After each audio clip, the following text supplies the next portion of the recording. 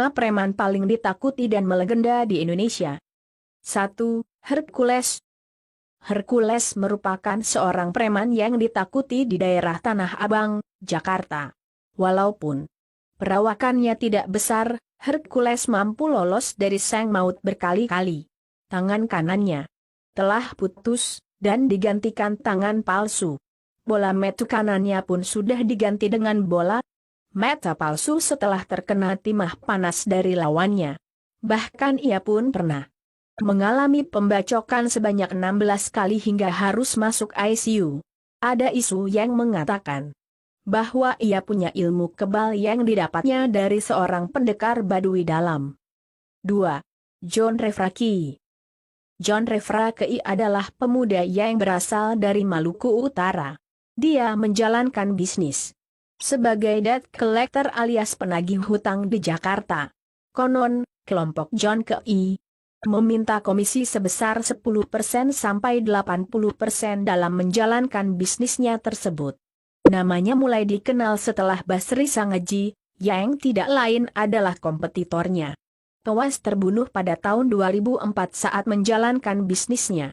Selain itu pula beberapa kasus pembunuhan dan kerusuhan di Jakarta yang pernah melibatkan nama John Kei. 3.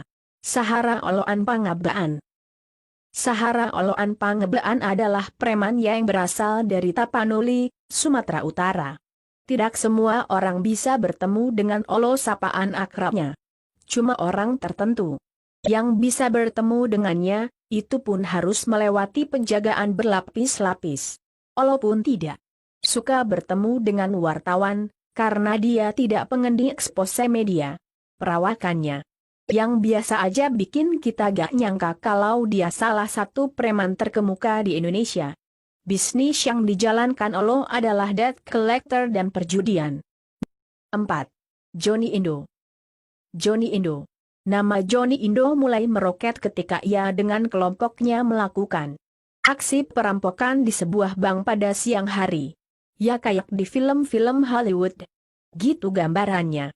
Dalam melakukan aksinya, Johnny dan kawan-kawan pantang untuk melukai korban. Namun, akhirnya dia tertangkap oleh polisi karena kecerobohan anggotanya yang menjual barang rampokan sembarangan. Mereka pun dipenjara di Nusa Kambangan. Akan tetapi, hal itu tidak membuat Johnny berhenti. Ia kabur dari Nusa Kambangan bersama 7 kawannya. Karena tidak makan selama berhari-hari, akhirnya ia menyerahkan diri ke polisi. Ketika dia di penjara untuk kedua kalinya, ia mulai insyaf dan belajar agama. 5. Anton Medan. Anton Medan lahir di Tebing Tinggi, Sumatera Utara, tahun 1957. Ia merupakan keturunan Tionghoa dengan nama Tan Hok Liang. Sebelum insyaf, ia merupakan perampok yang ganas dan juga seorang bandar judi.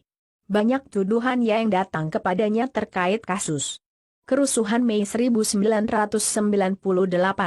Sejak 1992 ia berhenti dan masuk agama Islam, kemudian membuat masjid di Syaimi Tan Hok Liang di daerah Cibinong.